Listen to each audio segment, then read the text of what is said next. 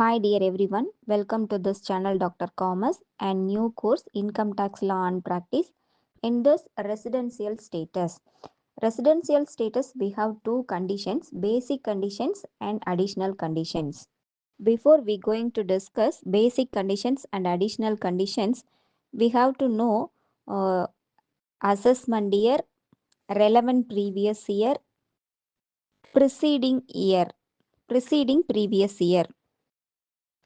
Assessment year, previous year, preceding previous year எல்லாமே பார்த்திங்கன்னா financial year தான் நம்ம அப்படி சொல்கிறோம். அசஸ்மெண்ட் இயர் அப்படிங்கும் போது கரண்ட் இயரை நம்ம சொல்லுவோம்.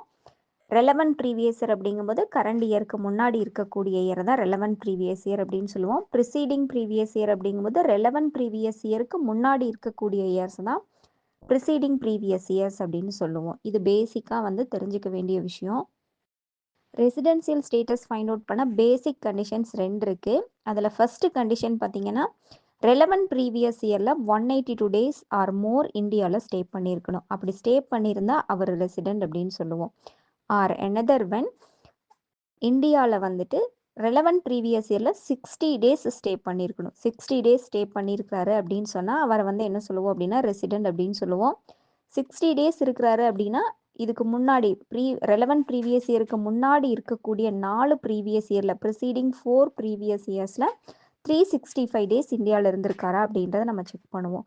ஸோ இந்த 2 கண்டிஷனில் ஏதாவது ஒரு கண்டிஷன் சாட்டிஸ்ஃபைட் பண்ணியிருந்தா கூட அவரை ரெசிடென்ட் அப்படின்னு சொல்லுவோம். அடிஷ்னல் கண்டிஷன்ஸ் 2 கண்டிஷன் இருக்குது. அந்த 2 கண்டிஷனையும் கம்பல்சரியாக சாட்டிஸ்ஃபை பண்ணியிருக்கணும். 2 கண்டிஷனுமே சாட்டிஸ்ஃபைட் ஆயிருந்தால் மட்டும்தான் அவரை ஆர்டினரி ரெசிடென்ட் அப்படின்னு சொல்லுவோம்.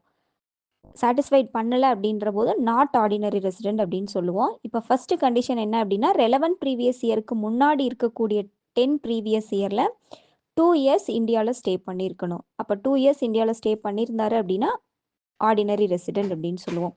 அடுத்த கண்டிஷன் என்ன அப்படின்னா அட்லீஸ்ட் 7 ப்ரீவியஸ் இயரில் 730 டேஸ் இந்தியாவில் ஸ்டே பண்ணியிருந்திருக்கணும். 7 வருஷத்தில் 730 நாள் இந்தியாவில் ஸ்டே பண்ணியிருக்கிறாரு அப்படின்னு சொன்னால் அவரை நம்ம என்ன சொல்லுவோம் அப்படின்னா ஆர்டினரி ரெசிடென்ட் அப்படின்னு சொல்லுவோம்.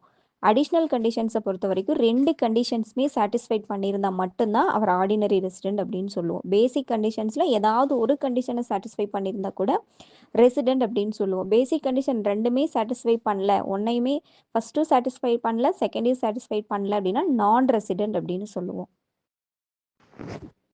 Thank you for your energy. Thank you for வாட்சிங் this video. Thank you so much.